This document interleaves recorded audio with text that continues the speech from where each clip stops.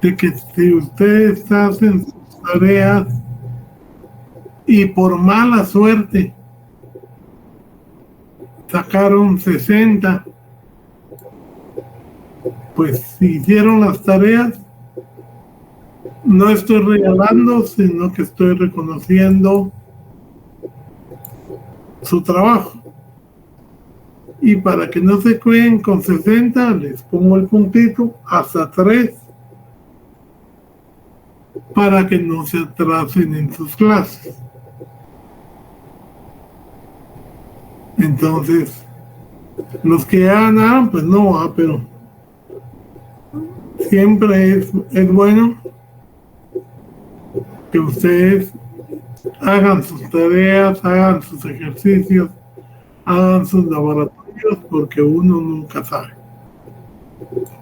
si después lo pueden necesitar. Vamos a ver hoy, que ya lo hicieron, por supuesto, la guía del debate. Realmente el debate es la parte medular del proceso penal. Ahí operan varios principios. Opera el principio de inmediación, porque todas las partes tienen que estar en el proceso, las partes principales al menos. No puede haber procesos sin acusado, porque aquí tenemos el principio de que sin acusado no puede haber condena. Entonces no puede haber en un juicio civil un mandatario, ¿no? El procesado tiene que estar presente, porque él va a hacer uso de su derecho de defensa material, tiene la posibilidad de contradecir prueba, la posibilidad de impugnar prueba, al igual que su defensor técnico. Ya vimos que hay que estar muy vigilantes de cómo se introduce la prueba al debate y realmente si esa prueba es pertinente o no y es admisible, o sea, que tenga un valor real que no violente cualquiera de los otros principios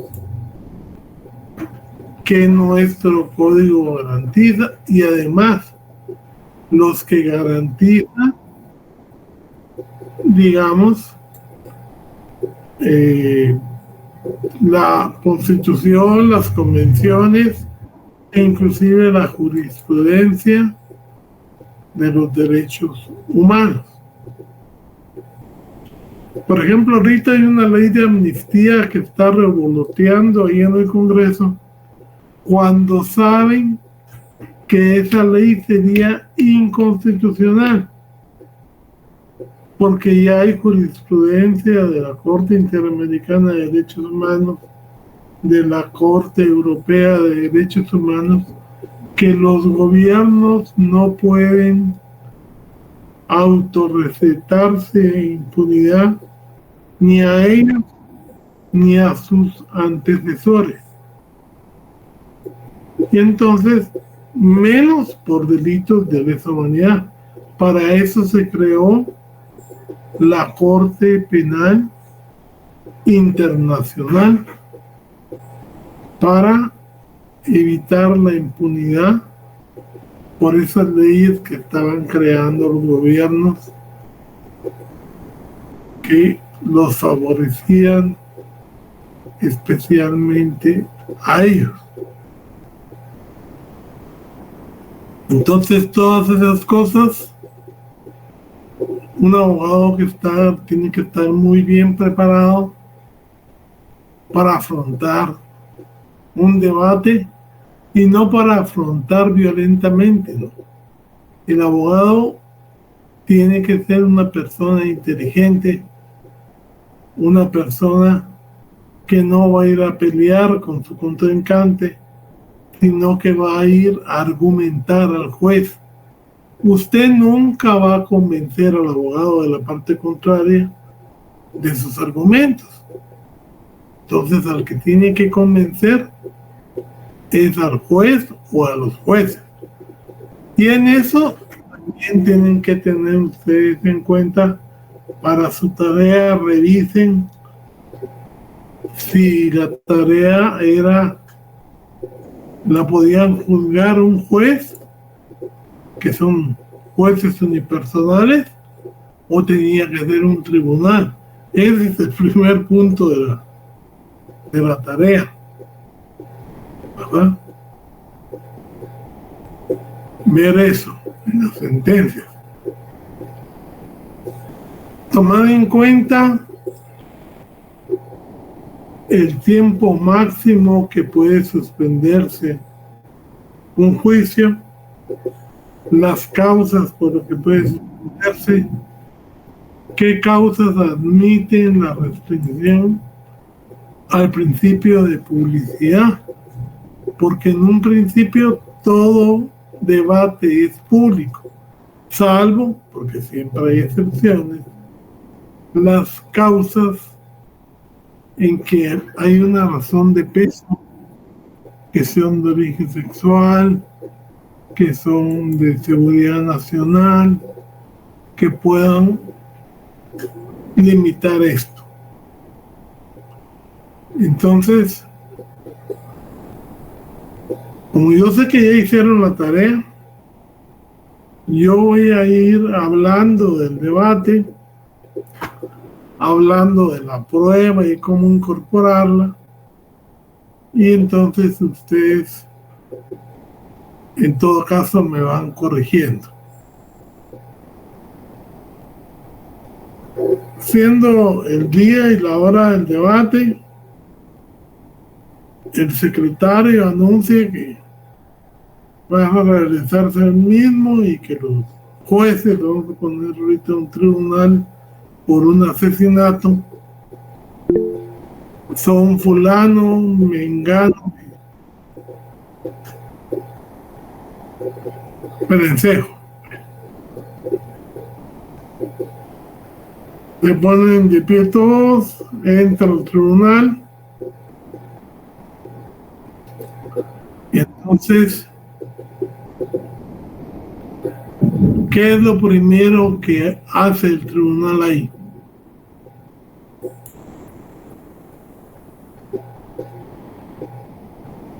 Yo tengo que se declara abierto el debate, licenciado. Uh-huh. ¿Cuál debate? Es que el que yo tengo es de la guía que usted nos dejó, lo tengo por el delito de asesinato. Entonces dice, se declara abierto el debate, advirtiéndole al acusado que la actividad que se desarrolla tiene gran importancia para establecer su inocencia o culpabilidad. Ok, pero en primera instancia el secretario dice: estamos reunidos para celebrar el debate de la causa número tal, ¿verdad? O sea, identifica el expediente. ¿Sí? Sí, licenciado, gracias. Presenta a los jueces y entonces, ¿qué pasa después? Pueden plantarse excepciones, puede ofrecerse nueva prueba o está prohibido.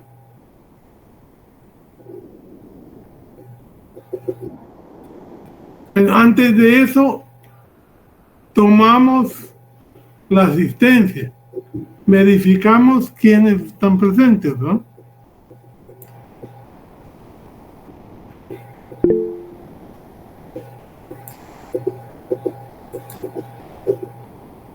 Entonces va a decir el juez. Buenas tardes, licenciado. Tengo entendido que después de ver que se presentaron todas las partes involucradas en el juicio, Luego se procederá a solucionar todas las situaciones incidentales. Tiempo. Ahora, ¿qué pasa si no llega el procesado?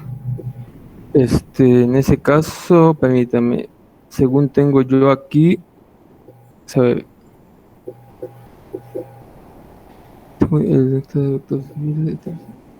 El acusado dice, el acusado no podrá alejarse de la audiencia sin permiso del tribunal si después de declaración rehusare asistir, será custodiado en sala próxima y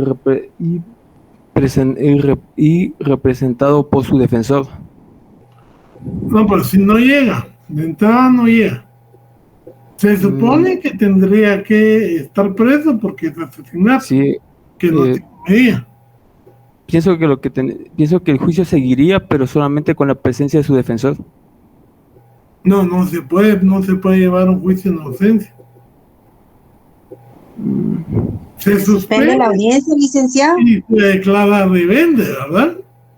Pues sí, pero como yo pensé que tal vez solo iba en el juicio civil, que se declarara rebelde, pero como este es un acusado, obviamente no se podría esperar pues que llegara.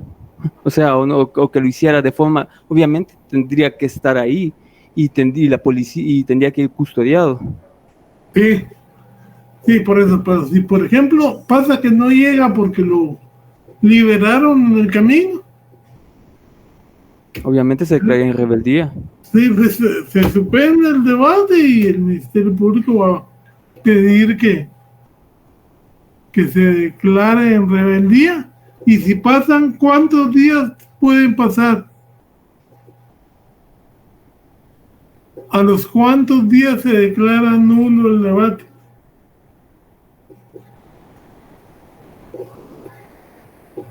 No se puede tener suspendido indefinidamente. A ver, Nancy Esther. Licenciado, en lo que yo investigué, aquí dice de que no puede mínimo 10 días ni máximo 15 días. No sé si estoy bien. Sí, o sea, tiene un tiempo máximo. Más de 10 días, generalmente se ordena nuevo debate. Pero ya cambian las condiciones porque ya no va a haber, si el acusado estaba libre, no en este caso, sino que en otro, se le va a dictar prisión preventiva. En este se le va a declarar rebelde. Bueno, ¿qué pasa si no llega el defensor? Porque está enfermo, porque se murió, ¿qué pasa ahí?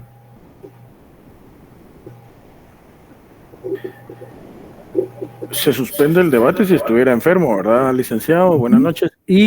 O bien, si fuera que se murió, como acaba de poner usted, pues se podría solicitar un nuevo abogado, ya sea de oficio o pues que el acusado tenga su propio abogado, ¿verdad? ¿Cómo es el orden? Primero, se le da la oportunidad de un abogado de su confianza. Pero si no puede pagarlo, inmediatamente se pide a la defensa pública para que le nombre otro. El de la defensa pública que llegue va a pedir un día para ponerse, o dos para ponerse, digamos, al tanto, y continúa el debate. ¿Qué pasa si no llega el fiscal?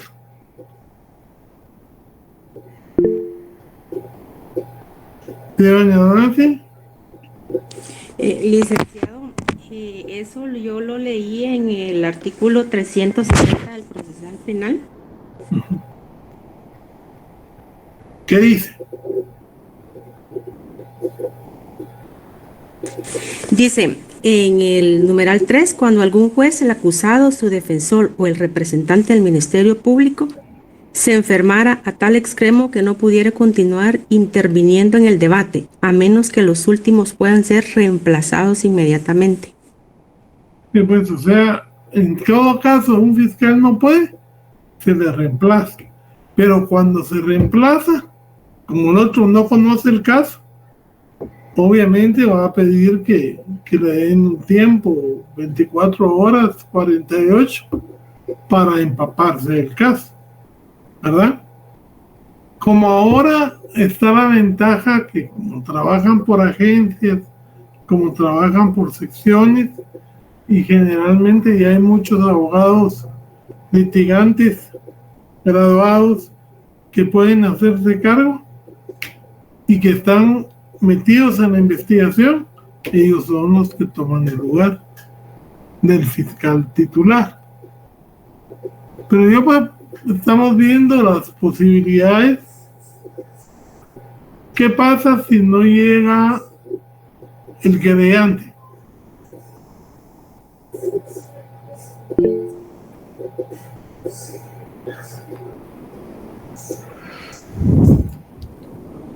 Si el actor civil o el querellante no concurren al debate o se alejan de la audiencia, se tendrá por abandonada su intervención y sin perjuicio de que puedan ser compelidos a comparecer como testigos.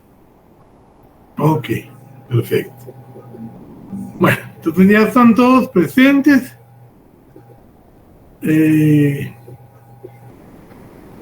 Entonces, como estaba diciendo el compañero, yo les preguntaba, ¿se puede presentar nueva prueba? ¿Se puede hacer algún incidente, por ejemplo, de ilegalidad? El debate es el punto donde se va a juzgar a una persona. Es la audiencia donde se va a determinar la responsabilidad o no de una persona. Esto generalmente se lleva a cabo en varias audiencias y que al final se establece primero si la persona es responsable, luego si la persona qué pena se le va a imponer y luego la responsabilidad civil que genera ese hecho delictivo. Este debate, les decía yo, tiene una serie de principios inmersos. Primero, garantiza, el debate ya es la fase del juicio. Estaba la etapa intermedia, donde se pide abrir a juicio, o sea, el debate, a juicio público. Y entonces, la tercera fase del proceso se le llama juicio o debate, donde se emite el juicio y también finaliza con la sentencia. De ahí viene la etapa de impugnaciones, pero específicamente las impugnaciones a la sentencia, porque como vamos a ver, a lo largo de todo el proceso también hay impugnaciones. Eso lo vamos a ver el día lunes, lo que son las impugnaciones que se deben de emitir a lo largo de todo el proceso, inclusive desde que inicia. Pero las impugnaciones a que hace referencia el código son las impugnaciones que pretenden dejar firme la sentencia.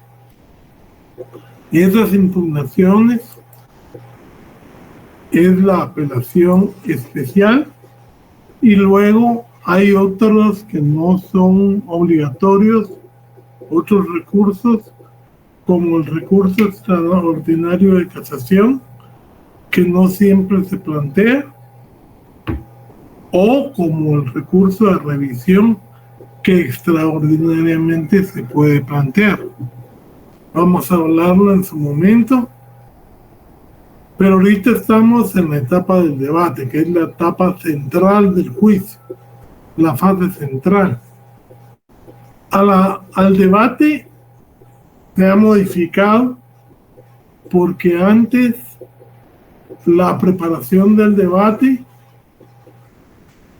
la tenía el tribunal de sentencia, pero ahora se le quitó esa facultad y se le agregó a la etapa intermedia, porque como vimos, dictándose el auto de apertura de juicio, se citan las partes para el ofrecimiento de prueba. Eso lo hablamos en la clase pasada. Y que el ofrecimiento de prueba tenía el fiscal y las otras partes también podían ofrecer su prueba. Si eran testigos, tenían que señalar el nombre del DPI y sobre qué aspecto de la prueba iban a referirse. Si era prueba ilustrativa, armas, drogas y demás, también tenía que ofrecerse y presentarse, digamos, al debate, al juez. Entonces el debate, digamos, es la fase principal de la etapa de juicio.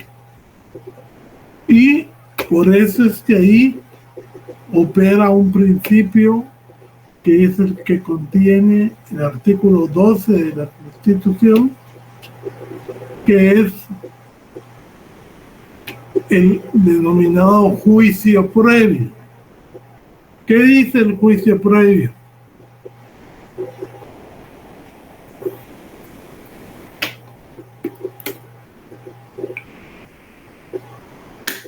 Que nadie puede ser condenado sin antes haber sido citado, oído y vencido ante el tribunal competente, cuando la prueba que se haya presentado dé la certeza de la condena, o sea, más allá, una probabilidad más allá de duda razonable. Entonces, ahí se da el derecho de defensa, el derecho de contradicción, el derecho de careo para todas las partes. Tiene que haber una inmediación procesal, tienen que estar los jueces y las partes que están presentes en el debate, y se dan los principios de valoración de la prueba, diligenciamiento de la prueba. Toda prueba tiene que ser, digamos, presentada al debate de acuerdo a los medios probatorios. Pero antes de hablar de eso, decíamos, ¿puedo yo intentar presentar en este debate nueva prueba? ¿O puedo impugnar, digamos, hacer alguna defensa, hacer algún incidente? Lick, perdone. ¿Sí? Como creo que hay una etapa específica de la presentación de las pruebas, ¿verdad? Sí. Hasta donde está esa fase, pues hay unas pruebas presentadas, pero estamos, no sé, aquí estoy un poco quizá confundido. En los alegatos de apertura no son precisamente los de la presentación de la prueba. Para no, que antes, después... una etapa antes. Una etapa antes, ok. O sea, por ejemplo... Entonces sí se podría presentar unas pruebas nuevas. ¿Qué leyó usted en su código?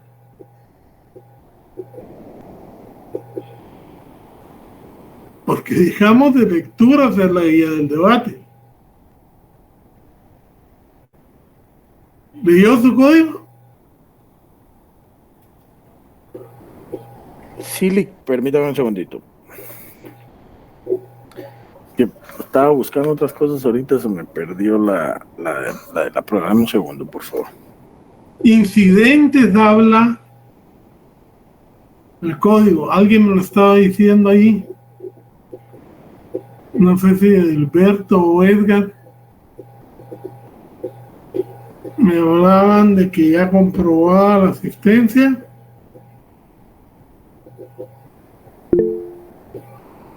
Sí, sí, Edilberto. Sí, don Edilberto.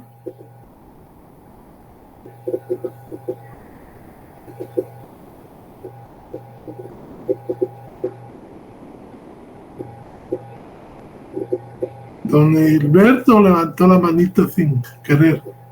Disculpe, disculpe, es que no encendí mi micrófono. Bueno. Decía, incidentes. Todas las cuestiones incidentes que se puedan suscitar serán tratadas en un solo acto. De ahí le sigue la declaración del acusado. Ok. Entonces, incidentes se refieren a cuestiones, por ejemplo, había una persona en el extranjero que al enterarse del hecho, pues pide contribuciones y lo logran traer. Ese es un nuevo testigo, porque no estaba aquí. Entonces, ese testigo puede ser ofrecido demostrando que estaba en el extranjero, que no estaba enterado del caso, pero que sí le constan hechos de relevancia. Y hay que decir qué hechos le constan y hay que ver 381 qué nos puede aportar. También, digamos, yo puedo insistir en interponer, ¿cómo se llama? Una excepción de prescripción por mal conteo, una excepción de clausura provisional. Y entonces todo eso se va a tener que hacer. Ilegalidad de la prueba. Hay varias que se pueden plantear que no se hace mucho y se diligencian de una vez. Ya estando todo eso firme, se le tiene que explicar al procesado qué se le tiene que explicar. ¿Por qué se le está acusando? Se le tiene que explicar que tiene derecho a guardar silencio o no y que eso no va a ser usado en contra de él, ¿verdad? Que puede mentir, pero que se le aconseja conducirse con la verdad. O sea, porque son derechos que tiene el acusado no como objeto del debate, sino como sujeto procesal. Entonces, ¿qué pasa si el acusado dice que no va a declarar? ¿Puede el fiscal pedirle que suba al estrado? No. No se puede. ¿Le puede dirigir preguntas a él? No. ¿Por qué? Porque él es un derecho a declarar o no. Puede después, ya ha empezado el debate, declarar.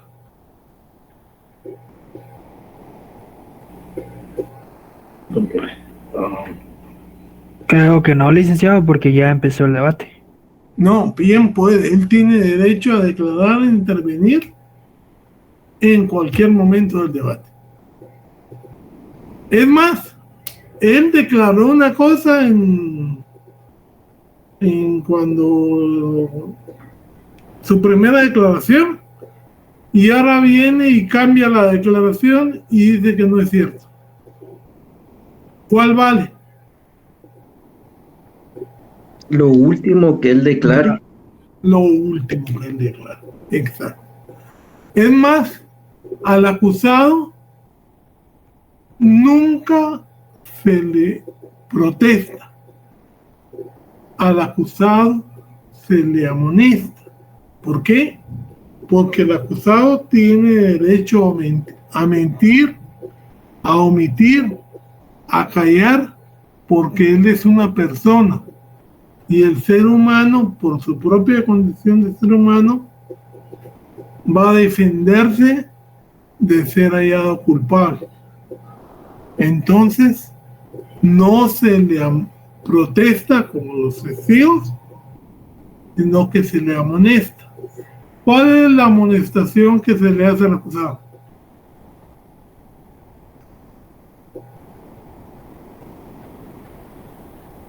Si cuando decide que se iba a declarar, ¿qué amonestación le hace el juez al procesado? Se le dice que, como es su libre y espontánea voluntad de declarar, se le invita a que diga la verdad para la exacta resolución del caso. Algo parecido. No se le pone que la mano en la Biblia o que la mano en la Constitución.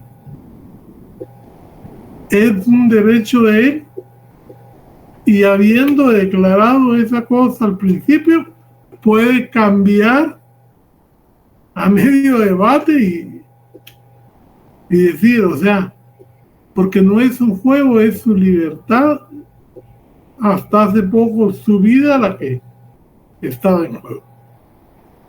Y la libertad en unas cárceles como Guatemala es prácticamente la vida. Por la inseguridad, por las condiciones infrahumanas, es casi la vida. Bueno.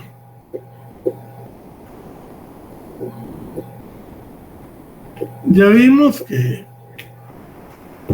el imputado no quiso declarar. ¿Qué toca ahora?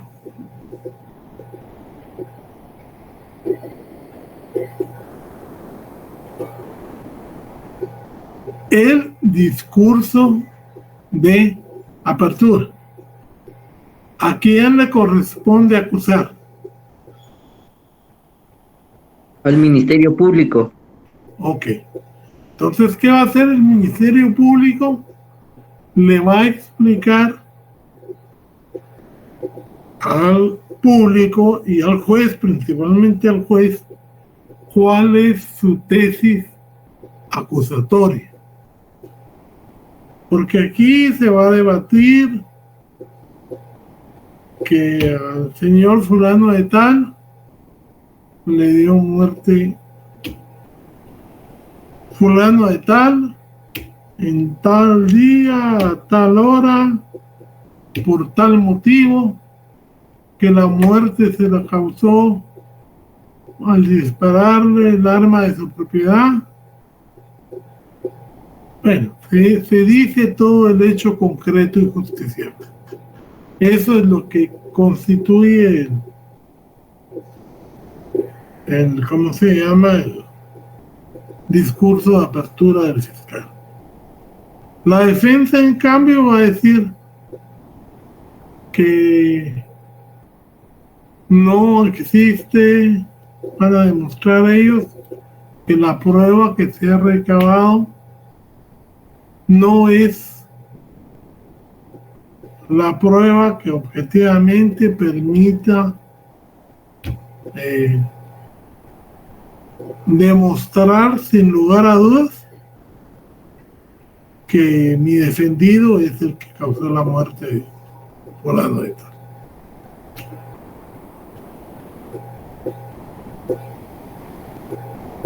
Y de ahí, ¿qué procede?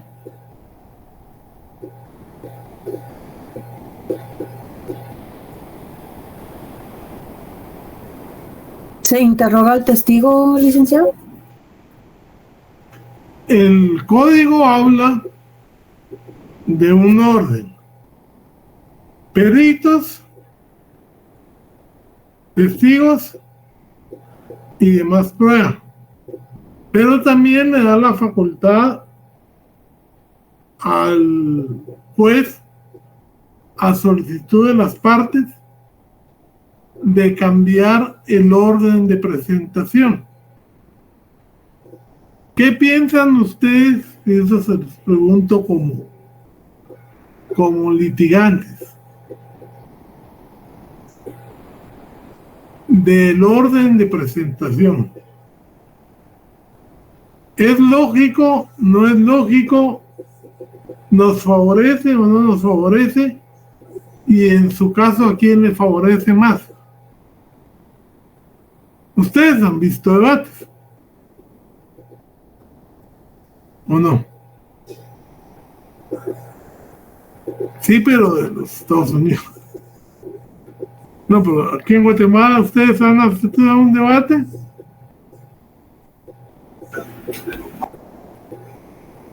No, Lick. No.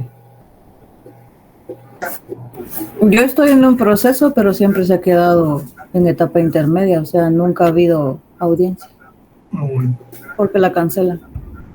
Ok. ¿Y alguien que sí haya visto?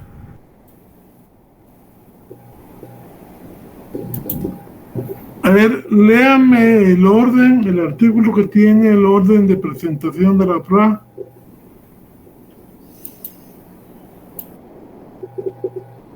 Lo que tiene en su código a la mano, ¿no?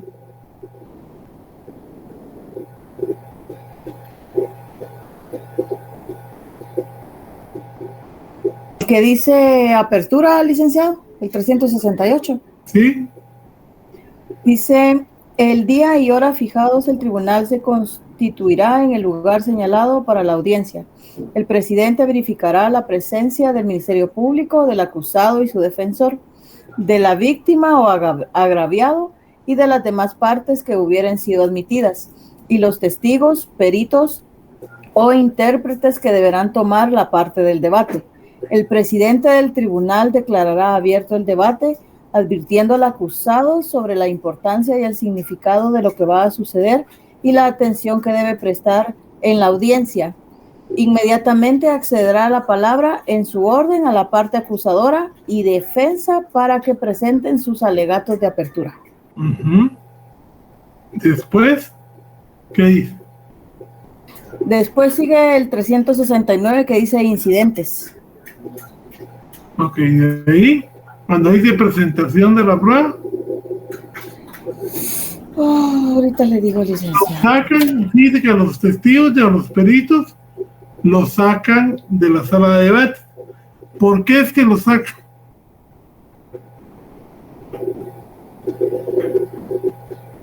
Los sacan para que no se contaminen, para que no pueda haber, no se puedan poner de acuerdo, no oigan los que el otro dijo. Es decir, porque entre los testigos pueden estar platicando, o si oyen una cosa, pueden repetirlo, y entonces se desaísla y se cuida incluso que no haya comunicación entre ellos. Para que no sean influenciados de alguna manera con lo que algo, ¿sí? Con lo que se escuche dentro de la sala, licenciado. Exacto. Inclusive que no los vayan a amenazar, que no los vayan a cohechar, porque ustedes saben que de todo hay en la viña del Señor, ¿verdad? ¿Qué más, Brenda? Fíjese, licenciado, que yo he estado en audiencias de debate en diferentes juzgados. En Santa Rosa sí hicieron lo que usted dice, de que los testigos los fueron llamando uno a uno y por separado, ¿verdad? Ni siquiera se podían juntar unos con otros. Pero aquí en la zona 10 me tocó ir a una audiencia como testigo por un caso de abuso sexual y sí nos dejaron juntas, incluso la familia de la persona que estaba detenida pasaba frente a nosotros intimidándonos, ¿verdad? Y se cuchicheaba con otras personas y no había ninguna autoridad a la par de nosotros ni que nos indicara qué hacer, hasta que nos fueron llamando una a una las personas que llegamos como testigos. Tanto así que teníamos, tanto así que una de las personas que me conocía y que iba como testigo tenía pena hasta de salir del juzgado porque no sabía si la familia nos iba a seguir o no. Fue justo el día que pasó lo del incidente en el hogar de niñas. Sí, es que esas son las malas prácticas en que no se debe incurrir. Porque yo me acuerdo que estábamos en un juicio penal cuando entraron 3 señores con sombrero y tremendas armas de fuego. Y llamé inmediatamente al policía. ¿Cómo permite usted que estos 3 ingresen de esa forma? O sea, ingresar a una sala de debate con arma de fuego a la vista puede servir para intimidar a un testigo. Sáquelos.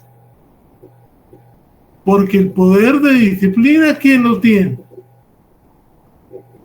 El guardia. El juez.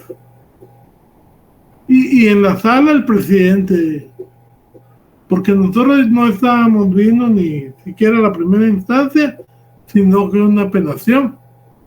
Pero entonces estaban queriendo intimidarnos a nosotros. Yo le dije, no, sáquelos, que eso es ilegal. Nadie puede entrar con armas ahí. Pero, como le digo, la seguridad falla, el espacio físico.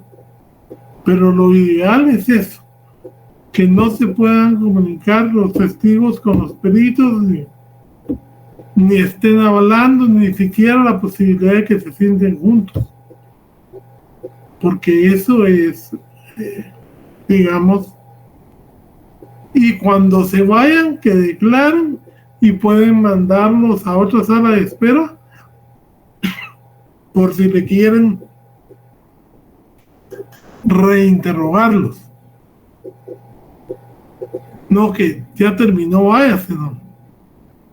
Hay que tener todo en mente. Pues sí, pues hablaba yo, hay otro artículo que habla ahí del orden de la presentación.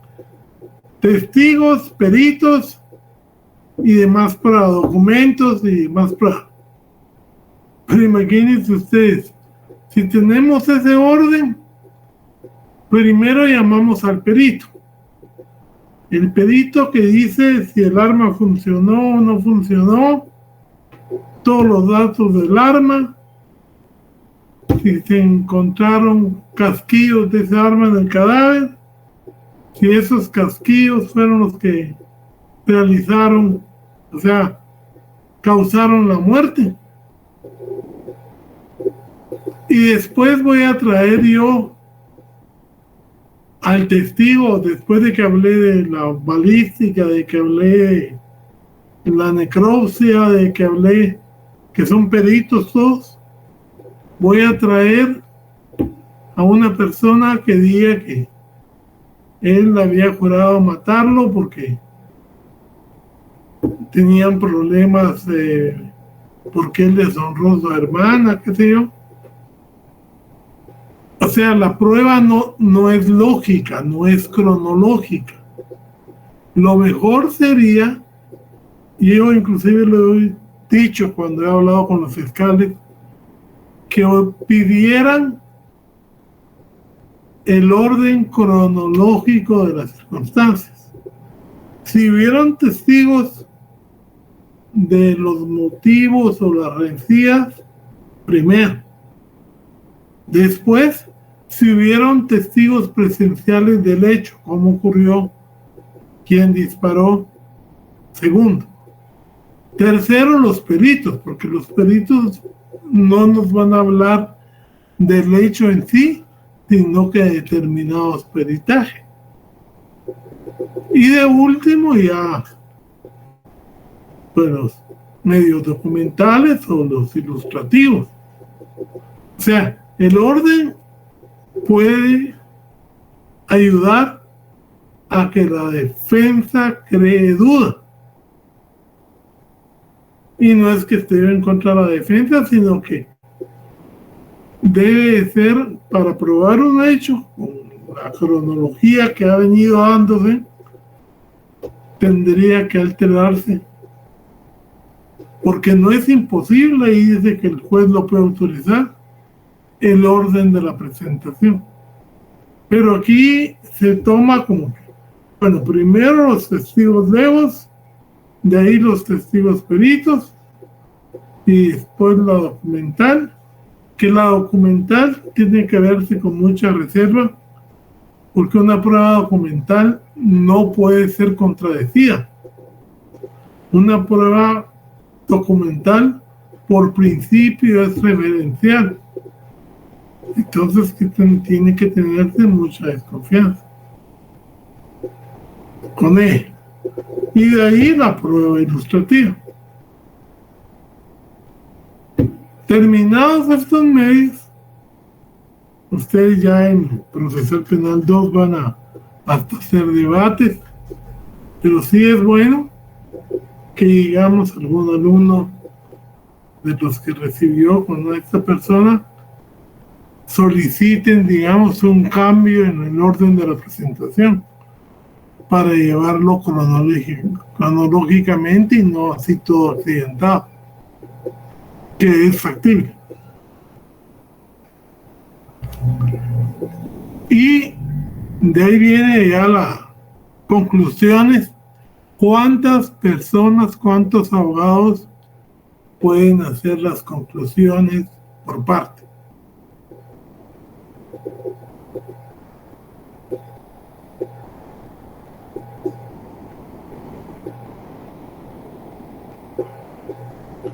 A ver, léame el fundamento legal de don Christopher Príncipe Mendoza.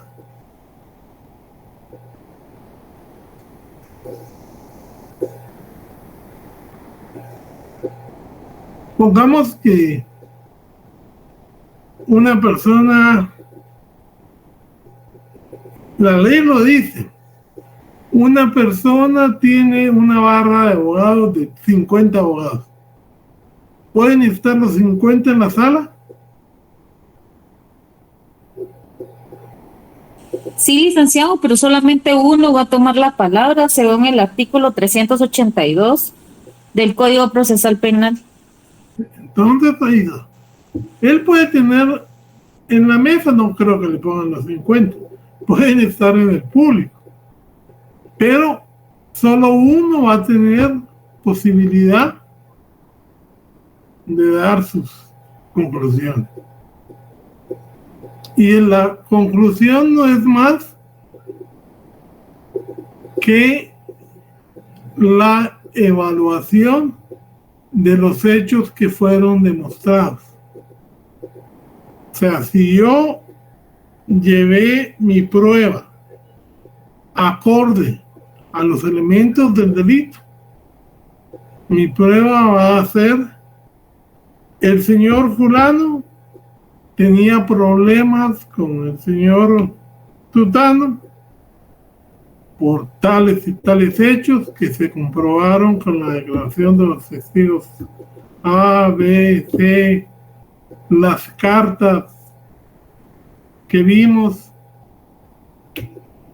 y el día que se enfrentaron hubo una discusión que vieron tales testigos, y el señor tal iracundo sacó su revólver y le disparó. Ese revólver él lo había comprado hace tantos años, estaba a su nombre, nunca había sido perdido.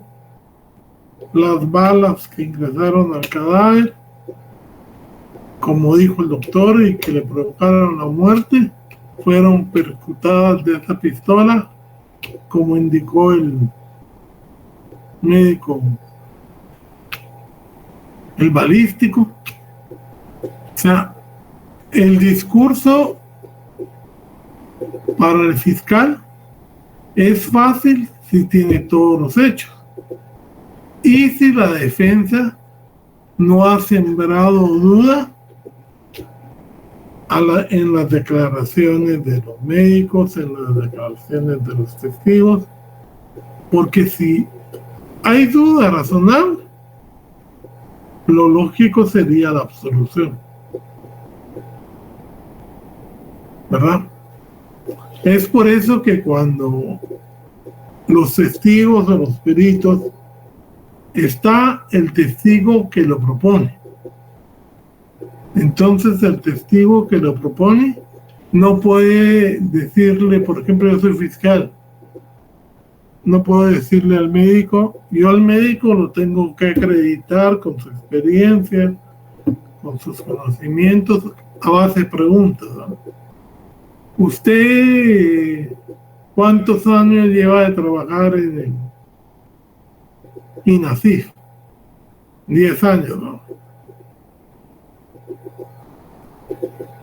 ¿Cuántas necropsias hace por año en promedio? ¿Qué cursos de especialización ha recibido? Ahí yo puedo preguntarle para acreditar su expertise. Pero ya cuando yo voy a hacer el interrogatorio a ese perito, cuénteme, usted realizó la necropsia del señor fulano de tal. Entonces él me responde. ¿Y cuáles fueron sus observaciones? ¿Cuál fue la causa de la muerte? ¿Por qué es que él murió? Entonces yo hago preguntas abiertas porque me interesa que el testigo sea el que me dé la información. En el contrainterrogatorio yo hago preguntas cerradas. Digamos,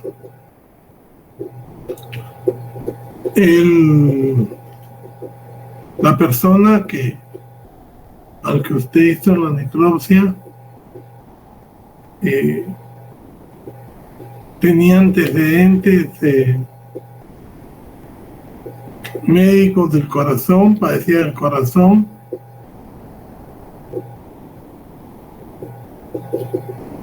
En fin, intento hacer que haya una posibilidad. ¿Y no será que al ver el arma y en la situación en que estaba, eso le hubiera podido provocar un paro?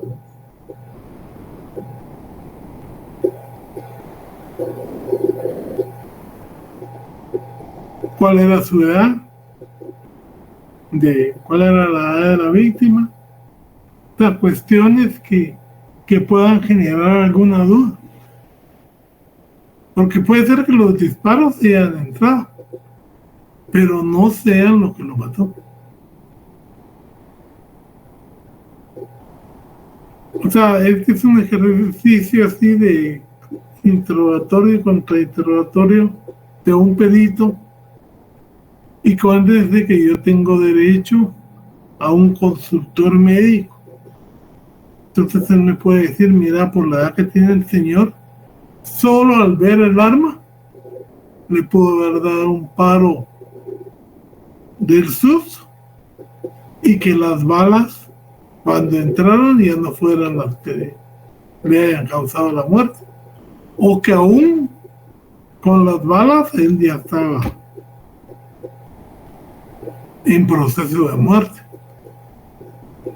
Si el consejero me da esa afirmación, yo tal vez puedo hacer esas preguntas y sembrar dudas. El área donde fue la bala, todo nos puede decir muchas cosas. Entonces, la verdad es que en el contrainterrogatorio lo que más hay que hacer es oír al testigo, verlo. En Puerto Rico yo estuve en una sesión de testigos y a la persona le preguntaron, ella entró sin lentes, pero se miraba que usaba lentes, ¿no? Entonces le preguntó el abogado, ¿usted usa lentes? Sí. ¿De qué tiene problemas para ver de cerca o para ver de lejos? Para ver de lejos. Entonces dice usted que, según sus palabras, que a las 3 de la mañana, cuando estaba bien dormida, oyó disparos, se asustó, se despertó, buscó sus lentes, se puso su bata, salió a la ventana y vio corriendo un hombre de espaldas que llevaba una pistola en la mano. Sí, le dice. ¿A qué distancia lo vio? ¿Qué distancia había entre su ventana y la casa? Y la calle donde estaba corriendo. A unos 5 metros. No puede ser, le dijo el sí. De la calle para, según dice aquí el reconocimiento, hay 18 metros. Y lo vio de espaldas.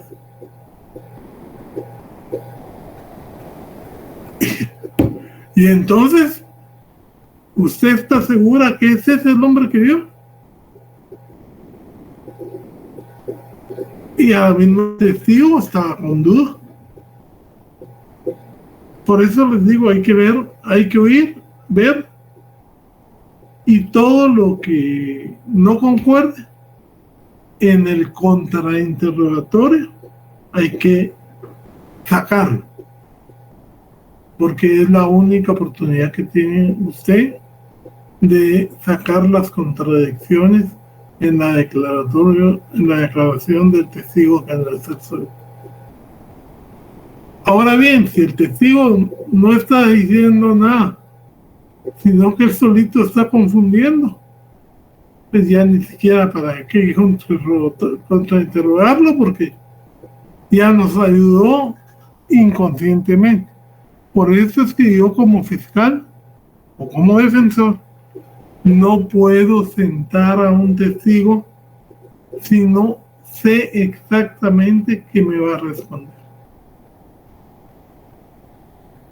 Porque de lo contrario le estoy abriendo la puerta al otro testigo en el contrainterrogatorio.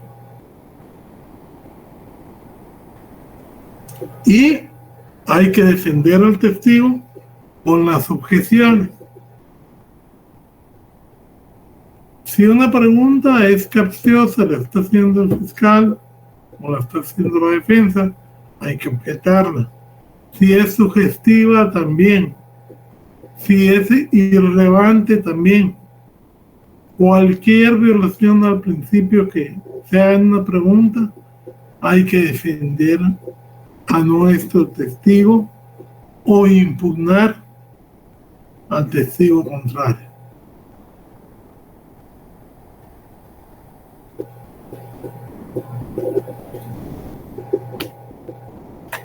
Lógicamente, los jueces después, generalmente es muy difícil que dicten sentencia total en el mismo día.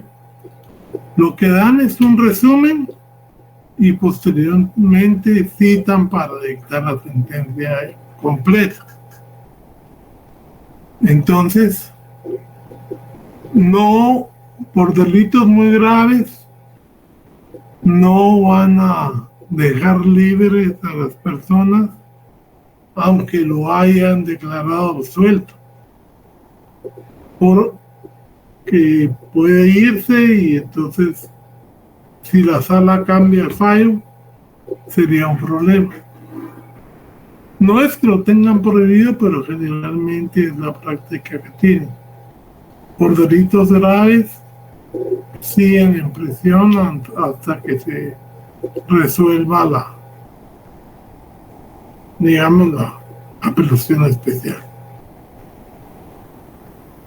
Estúdiense, por favor, para el día lunes siguiente, que ya estamos en noviembre, lo que son los recursos procesales, hasta la apelación especial y la casación, porque esos son recursos. La apelación especial es el único recurso obligatorio en el proceso penal, y la casación es extraordinario, y la revisión la vamos a ver que es para otro tipo de circunstancias.